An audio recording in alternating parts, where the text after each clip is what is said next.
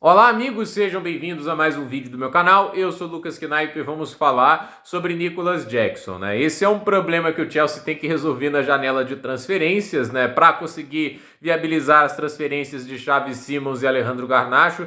Principalmente as saídas de Jackson e Christopher Nkunku tem que acontecer. As negociações do Bayern por Nkunku até agora são nebulosas. O time tentou por empréstimo, mas o Chelsea deixou claro que não vende por empréstimo, e aí fica a dúvida se o Bayern vai fazer uma oferta de uma taxa de transferência permanente. Ao que tudo indica, o Max Erbel, que é o diretor de futebol do clube, quer muita contratação, mas não tem total apoio da diretoria, a ver como aquela situação se resolve. E o Jackson agora começa a atrair mais interesse, tanto na Inglaterra como também por fora, né? Porque, segundo o Matt Law, há interesse do Aston Villa, do Newcastle, da Napoli, da Juventus e do Milan. Então, assim, são 5 times atrás. Não sabemos o quão dispostos eles estão para atender às exigências altas que o Chelsea faz pelo jogador, né? Que obviamente são completamente irreais.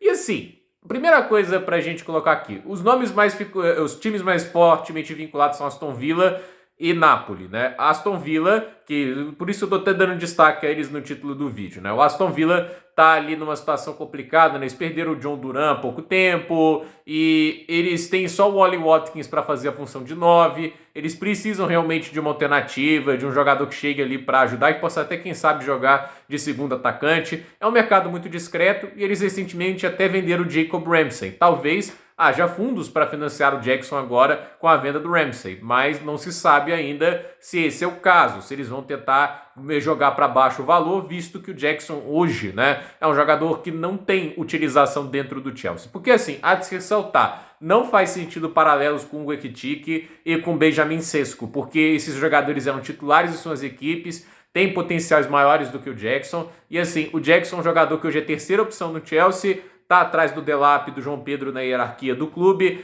e assim, ele mostrou muitas bandeiras vermelhas em 2025, não só por perder gols, mas também por indisciplina, sendo expulso em 2 momentos críticos para o Chelsea, tanto no Mundial de Clubes como também lá na Premier League. Então assim, não são coisas que valorizam o jogador, né? Além dos defeitos técnicos, tem esse problema de mentalmente ele dar essas descontroladas, e assim, é um jogador que é um risco, né? Ele perdeu 50 grandes chances para marcar 25 gols. Não é uma boa proporção e, obviamente, o time que está contratando ele está assumindo um risco e, por ser um risco grande, o valor abaixa. O Chelsea pode conseguir entre 50 e 60 milhões de libras. Assim, eu acho que abaixar de 50 milhões de libras vai parecer um negócio ruim, mas ao mesmo tempo, né, não vale a pena ficar mantendo o cara e ele vai se desvalorizar ainda mais, porque ele não vai ter nem 1/3 do tempo que teve nas últimas 2 temporadas. A Napoli perdeu o Lukaku por alguns meses devido a uma lesão muscular, deve ter rompido algum músculo, não especificaram qual músculo ele rompeu, né? Pelo menos eu ainda não vi isso, se especificaram podem falar nos comentários,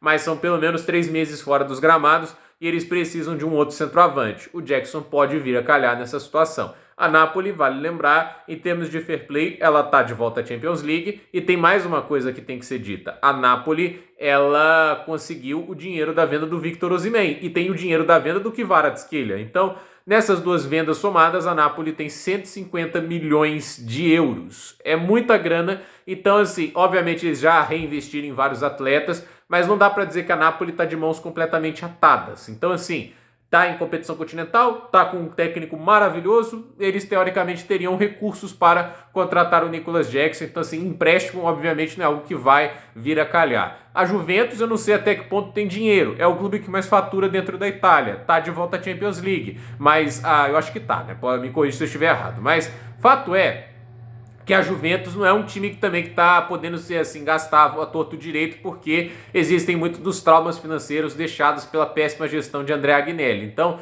a ver se tem algum recurso ali. E o Milan não é um time também que está podendo esbanjar, porque, se não me engano, não está em competições continentais. A última temporada foi uma grande catástrofe. E apesar da venda, por exemplo, de um Theo Hernandes, que traz alguma grana, não sei até que ponto eles podem investir. Então, assim, fica uma situação que, em termos financeiros, o Milan parece não ter muita condição de fazer uma grande investida, a Juventus talvez tenha, mas a gente não dá para saber o quanto que eles podem gastar, e visto o quanto que está difícil negociar pelo Colomani, não acho que teria muita grana. A Napoli teria os recursos, mas é aquele negócio, né? Eles não querem correr o risco de gastar muito em um único jogador que teoricamente não é uma solução imediata para os problemas deles. E aí sobraria Newcastle e o Aston Villa. O Newcastle está tentando contratar o Issa primeiro. Não sei se vai ser só o Issa e pronto, mas o Brentford vem atrapalhando e isso pode, obviamente, colocar eles de volta na rota do Nicolas Jackson. E tem o Aston Villa. Fato é que, assim, é um jogador que tem mercado, mas esse é o mercado dele. Campeonato italiano e é o segundo escalão da Premier League com boa vontade. Porque... assim, o Chelsea quer um retorno financeiro, se conseguir vender ele por mais de 50 milhões de libras em termos de fair play, é um lucro significativo, porque foi contratado por 35, jogou 2 temporadas dentro do clube, mas não se engane, essa produção que ele tem, você pode até falar, somando gols e assistências comparado ao número de jogos, né, não são produções, não é um número tão negativo assim, ok, mas a questão é, você tem que analisar o jogo como um todo. Ele está em um clube que ele forneceu um grande volume de jogo, um clube que ele confiou a titularidade por 2 temporadas seguidas, muito mais até pela falta de alternativas do que por performances convincentes. E, como eu disse, não dá para esquecer 50 grandes chances perdidas. É muita coisa mesmo. E dá aquela impressão assim, se o cara tivesse a precisão, tipo, de, pelo menos se fosse metade a metade, gols marcados e gols perdidos, né? E o Chelsea teria ido para o top 4 antes, entende? Lá naquela temporada com o Pochettino. Então, muitos dos gols perdidos do Jackson custaram caro, custaram até títulos de Copas. Lá, se a gente parar para pensar, a Copa da Liga Inglesa, naquela derrota contra o Liverpool, ele perde gols. Então, o Nicolas Jackson é um jogador que tem sim qualidades, é um jogador que tem velocidade, é um jogador que tem uma intensidade muito grande, ele faz uma marcação-pressão muito boa, ele gera jogo, ele consegue se colocar à disposição de chances claras, mas ele tem que melhorar muito tecnicamente para capitalizar e transformar isso em gols. Então, o Unai Emery trabalhou com ele no Villarreal e talvez até por isso deseja a contratação do jogador, a ver se algo acelera agora nessa semana. Então, gente, por esse vídeo é isso. Dúvida nos comentários, deixe seu like, se inscreva no canal, compartilhe este vídeo e até o próximo vídeo.